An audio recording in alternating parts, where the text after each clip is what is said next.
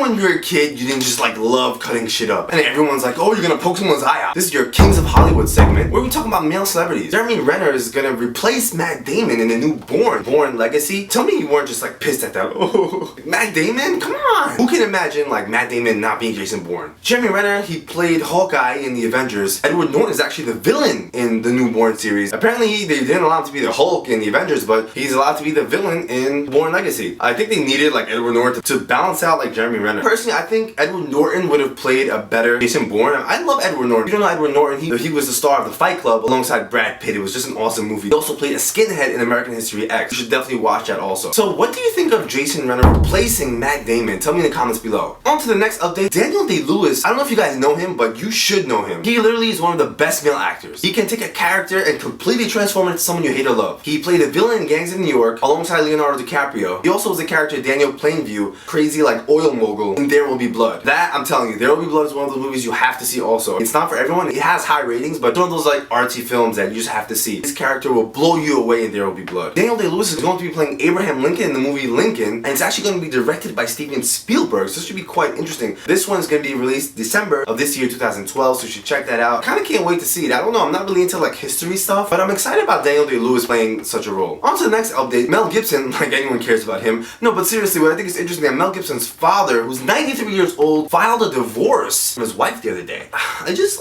can't wrap my hands around this. Like, how are you that old and still want to get a divorce? Like, what did your wife do to get you so mad that at 93 years old, where you have like 3 more hours to live, and you want to file a divorce? I mean, what did she do? Like, misplace your dentures? Where's you my dishes?